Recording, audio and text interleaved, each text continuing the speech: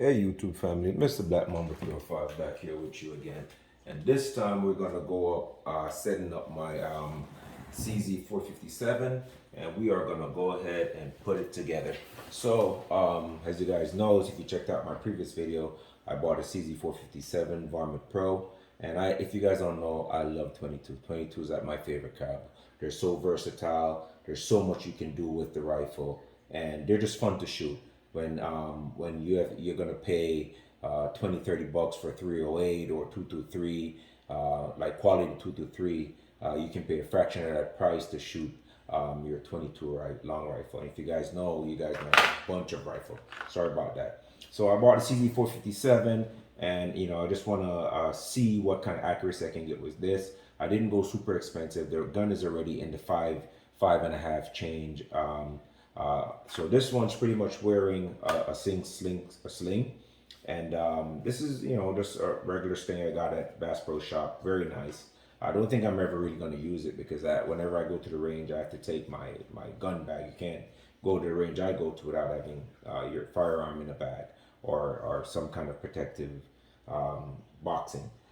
This one is wearing a CV Life. I've used CV Life for a while now, and they treat me very well. And I don't have any problems. At 22, doesn't have that much recoil to where it's gonna break the bipod. That was pretty chill. And again, if you guys know by now, safety check. If you guys know by now, CZ mounts their rail by dovetail. So this is 11 mm. So you're gonna need 11 mm dovetail. A video should be popping out right now. The scope I'm gonna use today is the BSA Sweet 22 4-12. And this is a 4-12 with that means it's 4. That magnification goes from 4 to 12, 40 millimeter objective.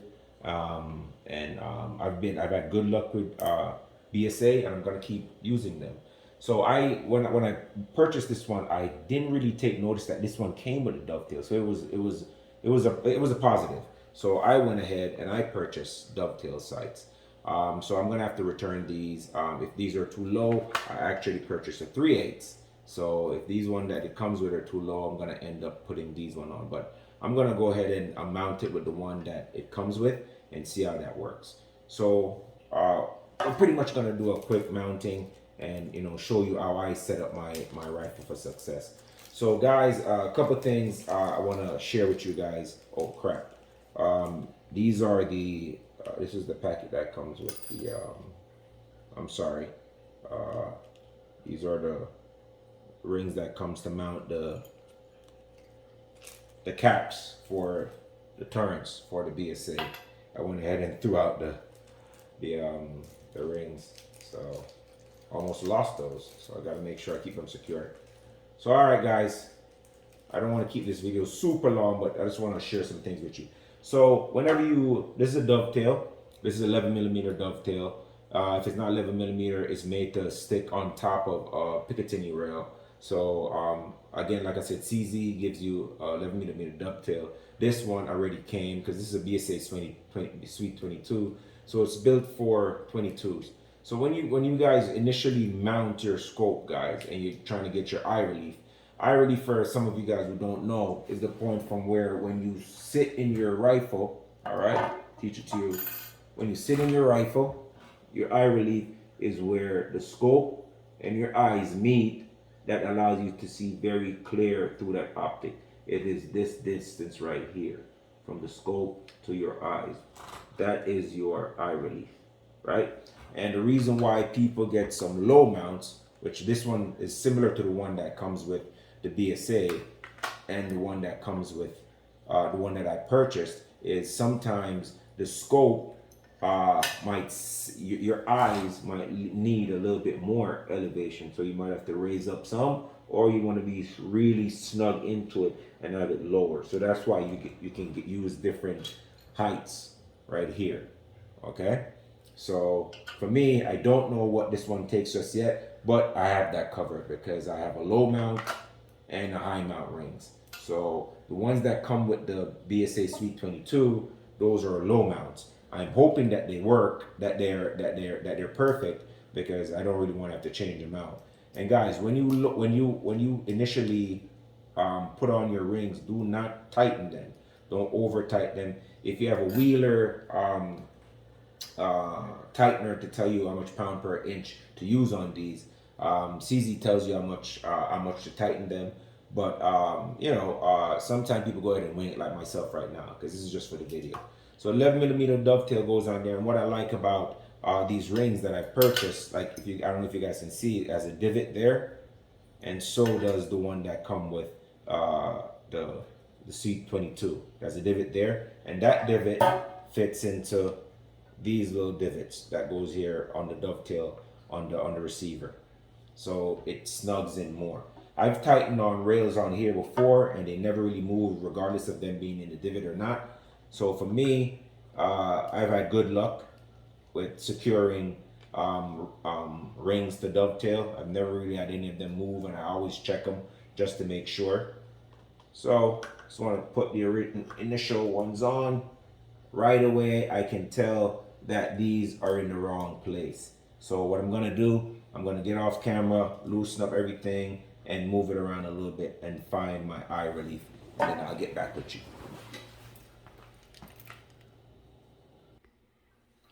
All right, so YouTube family, so I went ahead, loosened up everything. So the next step you guys want to do is loosen up the dovetail right here, and then loosen up where the rings attach to the scope. And then once you get in there, you kind of want to like hold it down. I'm actually looking in my backyard to make sure the rings are nice and crosshair are nice and even. A lot of people would use this time to go get a level and make sure the scope is level. They put it on there. For me, for now, I am just winging it just to make sure that everything is nice and straight. And for me, this is nice and straight. So you would take your Allen key and just hold it steady. And wherever those rings is, you just kind of want to lightly tighten it. Nothing too crazy. All right. You want to make sure that they're just enough tight to give it a little bit of snugness, so it's not moving. You don't want to wrench it down because you just don't want to, over torque the screws and strip them or anything like that. So I would say for me, this is my eye relief. When I get into the scope, right away, I sit into it.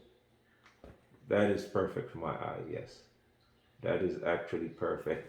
And I left the top rings loose because then you can still move the scope back and forth just in case you're not quite comfortable with it. So for me, where these rings are right now are perfect. I can put up the charging handle, move it. It's not affecting anything. Any ejection, it's not going to be affecting anything. Now, when you eject the rounds, you might be hitting on this, and that's why sometimes it's good to get a complete mount. Me personally, I didn't go with a complete mount. This one already came with the rings. I didn't have to buy the mount. Some of the mounts go from $40 to $100. I personally didn't have to do that. So I'm just going to leave it the way it is. This one sits nice and snug. And you guys can see how the rifle looks so far. It looks great without the rings. So if you don't have the money to buy those expensive rings that other people sell, then don't go out and stress yourself, man. Just put the rings on that it comes with, and you should be good to go. So I'm going to go ahead, tighten up everything, and then give you a once over of what the rifle looks like. And then what I'm going to do, I'm going to go ahead and put the right cap on and make sure it's good to go. Another quick point I want to make, guys, is anytime you guys are torquing down the screws for the scope, like I said before, don't torque them down real hard because you can damage the 1-inch diameter too. Okay, so keep that in mind. And when you're torquing down your screws, again, I can't really right now. I'm looking at it on camera, and this is a pretty sweet setup. The front of the scope, the 40 millimeter objective, is not touching the scope. It's just the right amount of clearance. That looks like about maybe a little less than 1/4 of an inch right there of clearance. So it is looking very sweet right now. Again, I didn't have to use a eye ring. I was planning on using these rings. You guys can see how high they stand. They're quite a bit lower than the one that came with the BSA Sweet 22, and that's why I love BSA, man. When they sell you that scope, they actually give you a lot of accessories. A lot of companies that have 22 rifles, depending on how the reticle is, it might be the adjustments is in the reticle itself. It might be a chevron or whatever the hell they use, but BSA give you the turns you need. Like I said, this one is for 38 grain, and then you have another one here for 40 grain, which is what I'm using because I use pretty much when I'm shooting 40 grain stuff. If I shoot stuff out of this gun with 36 or 38 grain, it's just for plinking, and I try not to shoot anything less than 40 grain out of guns that I consider precision shooters. And the CZ VARMINT Pro 457 is a target shooter. It's a heavy barrel, 6.5 inch barrel, and it's obviously, you guys know, it's threaded at the muzzle for suppressors or muzzle brakes or whatever you may. And CZ said this is a tack driver, so I'm going to use some CCI 40 grain standard velocity going 1070 feet per second. See what kind of accuracy I get over those. Those are kind of the gatekeepers. You know that CCI standard velocity is a gatekeeper. And then if it shoots very well with that, then I might just keep those, or I might go ahead with the SK red box ammo. Everybody be saying those, shoot pretty well. I don't know if I'm going to go with a long range or whatever, but I'm definitely going to go with that. So setting up your rifle for you, if you're thinking about getting into NRA 22 competition, a CZ457, a custom Ruger 1022, heavy barrel, sort like that is entry level. And a lot of people will tell you that, hey, you need to have a $5,000 rifle, $3,000 rifle to enter and shoot very well. No, you don't. You know what I mean? These people really shoot out to more than 175 yards. The BSA Sweet 22 is calculated from 50 yards to 175. So you need, that's perfect. Anything that you're shooting, wild game, anything, birds, pigeons, whatever you may hunt with, I doubt that you're gonna really go past 175, 200 yards, and then with over 200 yards, then you just do an old over, take a shot wherever it hits, then you adjust from there. So this is my setup and how I set up my my BSA Sweet 22. Thank you guys for watching. If you haven't subscribed to the channel, and if you just think about doing so, go ahead and just subscribe to the channel. Hit the notification bell so when I drop all these wonderful content, you guys are the first to get it. Like the video, share it with friends if you like the content that you're getting right now. I'm gonna go ahead and just wrap up the video and give you a good once around the video so you guys can see what it looks like. Yeah, YouTube family, so this is my setup. I like how CZ had that raised edge at the end at the comb.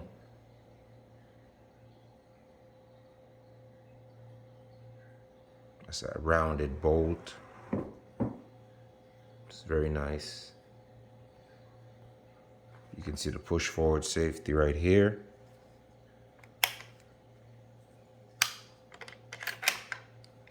It's not as smooth just yet. Still needs to oil it down a little bit. Wearing that BSA, all lined up, ready to go.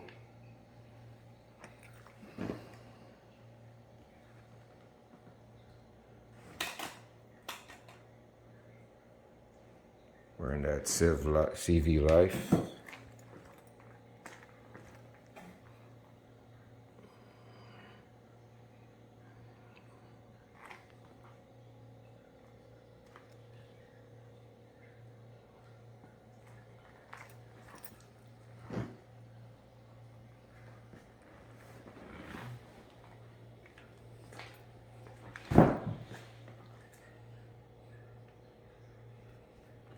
See if I can let you guys see what I'm looking at on the outside.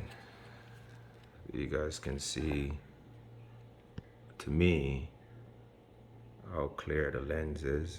You might not be able to pick that up on camera, but I'm gonna try my best here. Phone's a little low, so can't quite clear the comb so you guys can see, but it's pretty clear. It is pretty clear. Optic is pretty sweet.